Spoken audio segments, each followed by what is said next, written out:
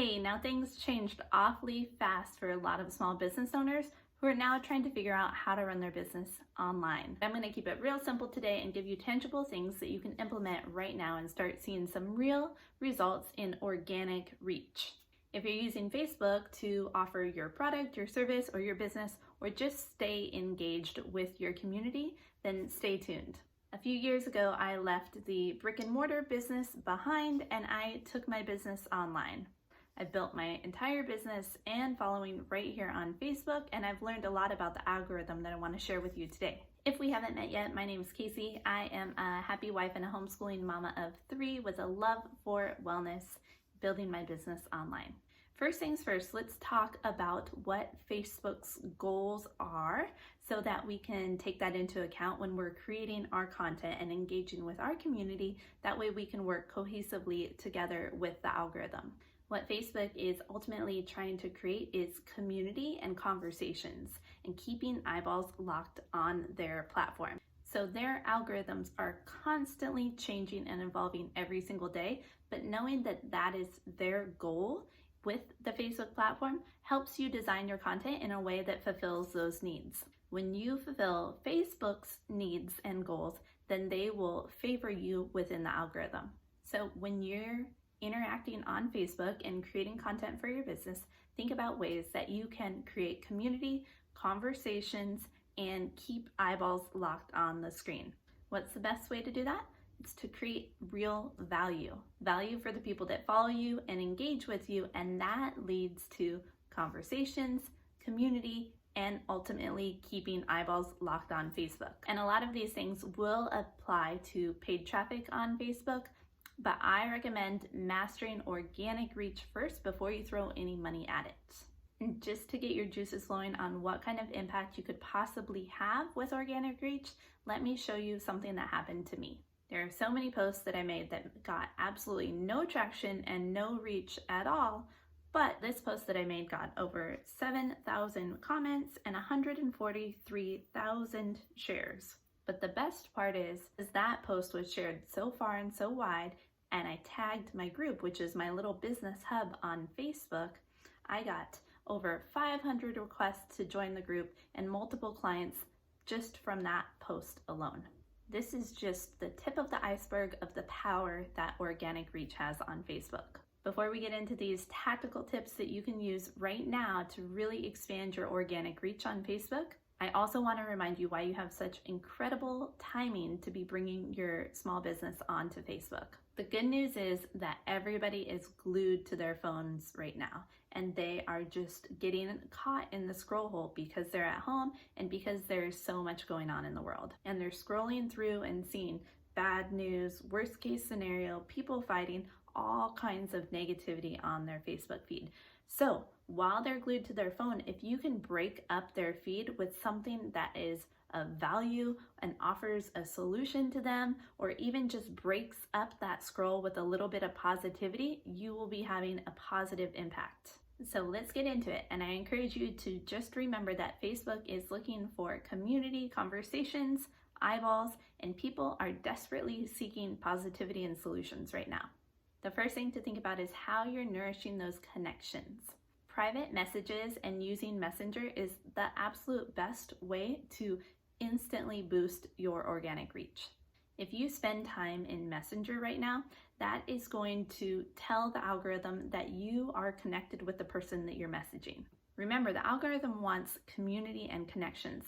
So if you tell the algorithm by sending a message, hey, I am connected with this person, then it'll be more likely to show your content in their feed. There are so many people on Facebook and there's so much content that there's no way that you can possibly see it all. The first thing you can do starting today is to make sure that you are reaching out to at least 5 to 10 people a day on Messenger. Let's say you have a graphic design service. Now is a great time to be staying in contact with all past and potential clients on Facebook Messenger. We're all in this pandemic together, so simply checking in and asking how your clients are doing. Remember, it doesn't really matter what you said in that private message. It just matters that you exchanged a message with another Facebook user.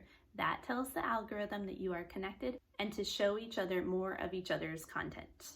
Don't brush this off as too easy. It makes a huge difference in your reach. The next thing to get more organic reach is to post more value less often.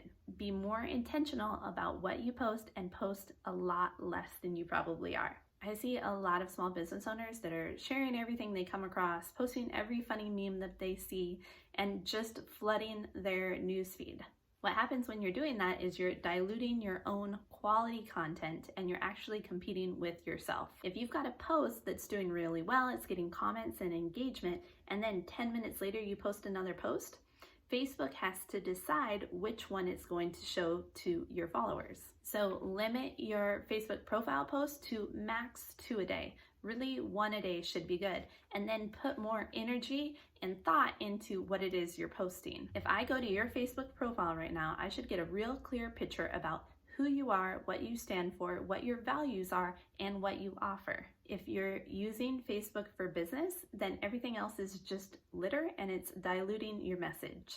So you need to be real intentional about when you post and what you post. If you haven't already figured out your brand message and the 5 pillars of your brand, then let me know down below and I will get you my 5 brand pillars worksheet that'll help you get real clarity on what to post and how to do it with intention. The other thing to think about is that you need to be really repetitive on Facebook. It's likely that your organic reach is going to grow, and that means there's going to be new people who are popping into your timeline. They don't know your whole story, and people have a very short attention span on Facebook. In addition to that, people aren't going to see all of your content. Maybe they were not on Facebook that day, maybe they were not on Facebook at the time that you posted, or maybe someone else just had more engaging content that earned the spot in their timeline.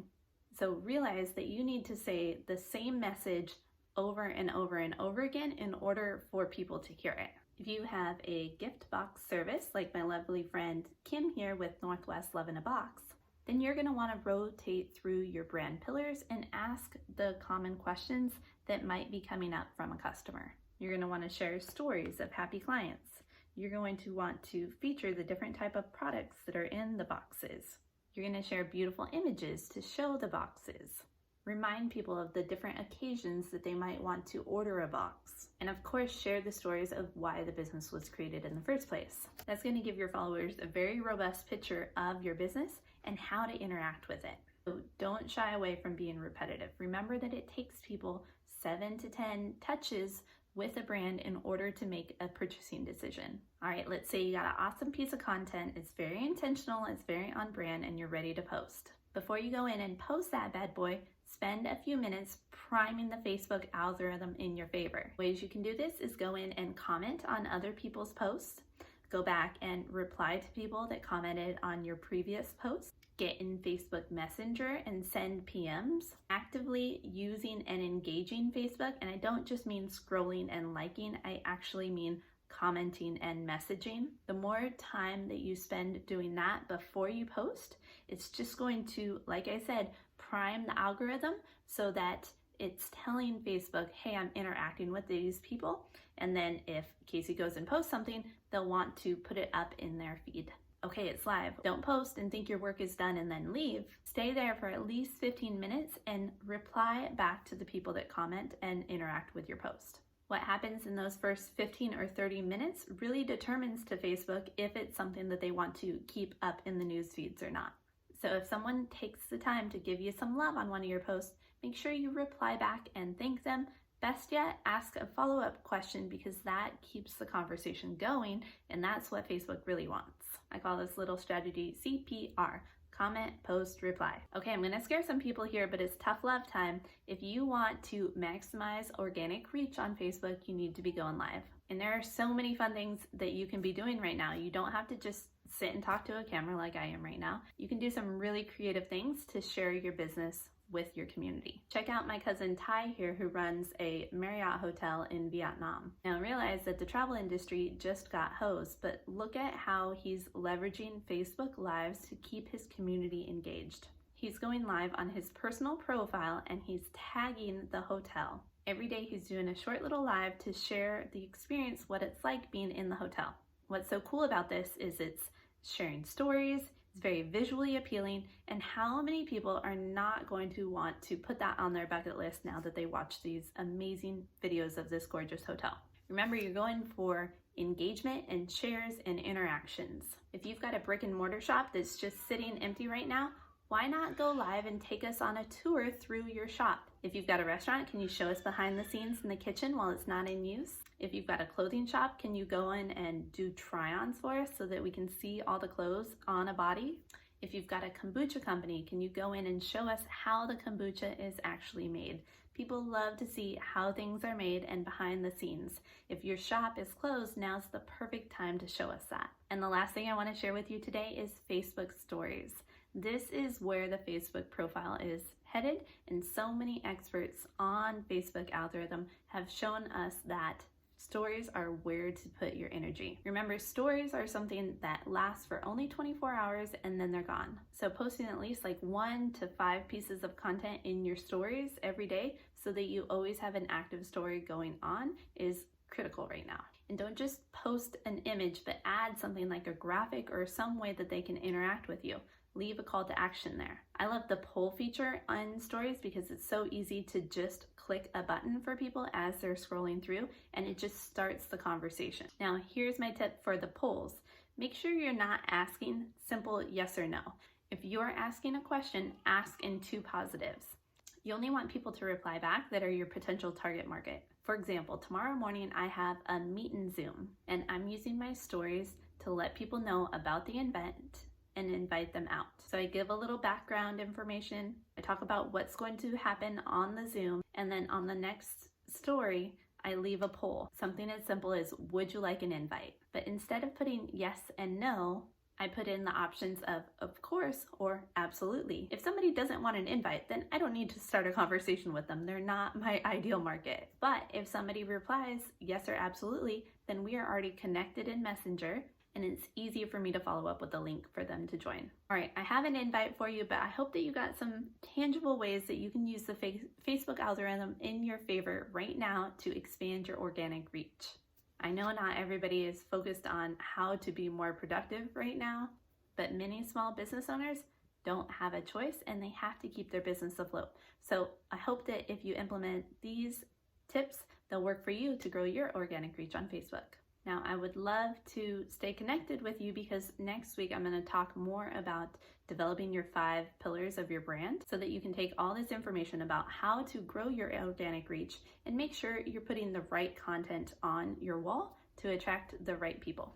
So if you want to stay subscribed, I'll put some links below for you. Otherwise, I'll see you next week.